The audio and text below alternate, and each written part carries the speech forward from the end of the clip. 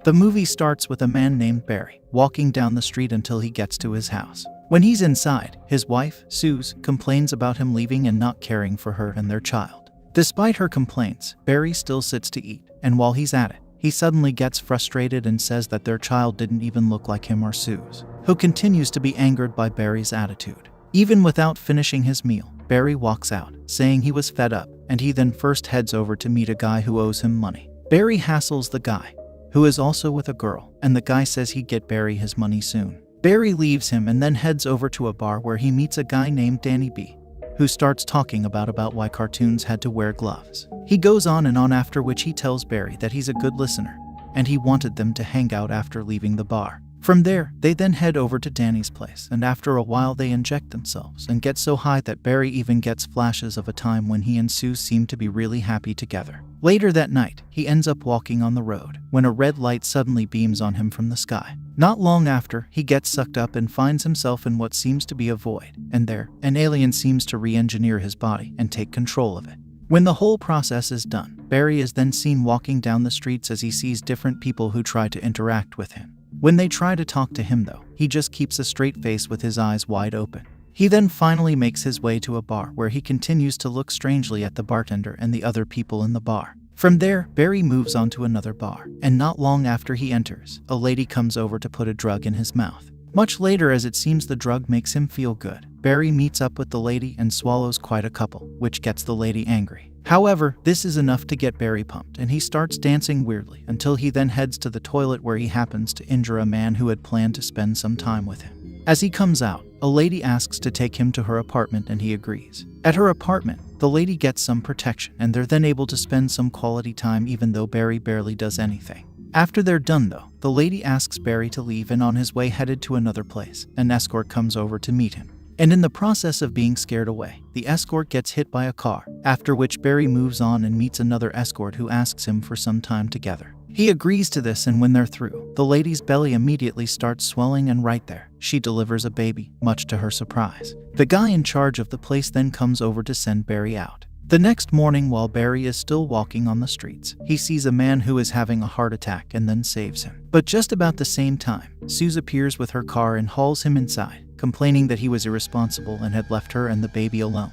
As Suze is driving away, the man Barry had saved chases after them to try and say thank you, but Suze doesn't quite understand what he's doing. When they get home, Suze serves Barry his meal, and he makes a pathetic attempt at eating it, after which he then feeds the baby, much to the surprise of Suze, who is happy to see this. Not long after, as Suze is still cooking, Barry comes over and tells her that he loves her, after which she takes him inside the room to have some time together. The next day, Barry follows Suze to the supermarket, and there, the cashier makes flirty gestures towards Barry, but he doesn't seem to understand what's going on. Later that day, when they're back at home, Suze helps Barry change the TV channel as he seems to be too quiet and looking bored. Just then, he starts changing the channels just by blinking his eyes until he sees a romance movie where an actor tells the actress that she's the only one for him. This line seems to interest him, and he would then use it on Suze when they're alone, and she ends up liking it. Later on, she would then notice that he has a fever, and even though she puts him in a bath, his situation seems to deteriorate,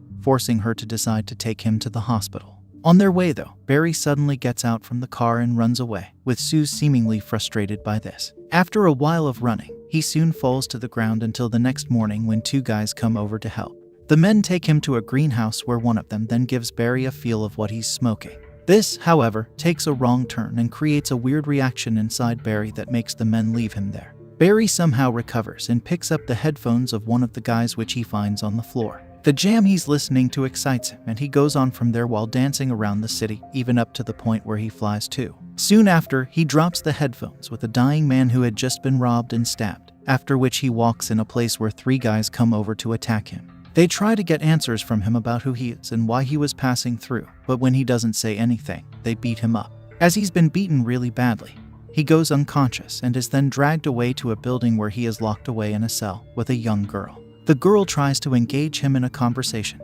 but Barry doesn't say anything as usual. However, a man soon comes in and tells Barry that he had saved him after he found him beaten. He also says that he needs to figure out what Barry could be, because of how miraculously he healed from the bruises and marks he had earlier. Barry just maintains the same look he's always had, and then the man wheels him out while he's tied to a wheelchair. He then takes out a tooth, saying he wanted to see if it grew back. Barry doesn't look pleased with this, and the girl locked away too seems to air her dissatisfaction to what the man had done.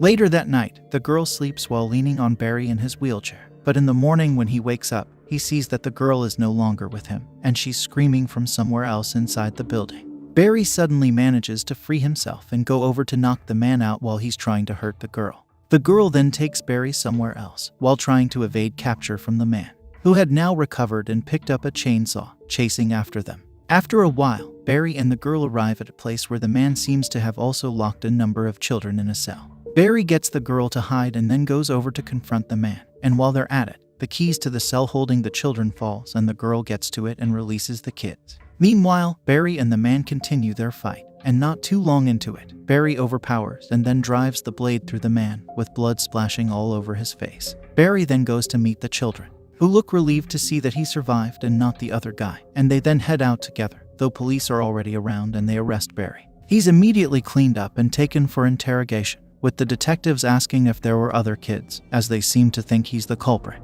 As he doesn't say anything still, they conclude that he's not okay and he'll be transferred to a psychiatric hospital. There, Barry is taken around until he finally gets to a room where he is introduced to a guy named Ronald.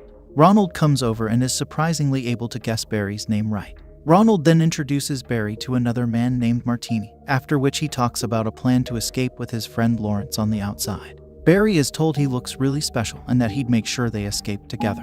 While they attempt it, Ronald takes down an officer, and then seems to think of the officer's stick as a gun. The three men are not able to go so far, but when they get to a different exit, Ronald tells Barry to head out and meet with Lawrence outside while he and Martini ward off the officers since they couldn't escape together, telling Barry to tell Lawrence that he had decided to stay back. Barry does this and meets Lawrence waiting outside in his car. Lawrence asks about Ronald, and Barry tells him exactly what Ronald had said. And with that, Lawrence drives away with Barry. While they're in the car, Lawrence tells Barry that he must be really special for Ronald to have sacrificed himself to get Barry out. Soon after, when Barry doesn't say anything, Lawrence injects Barry with something he says will make him feel good.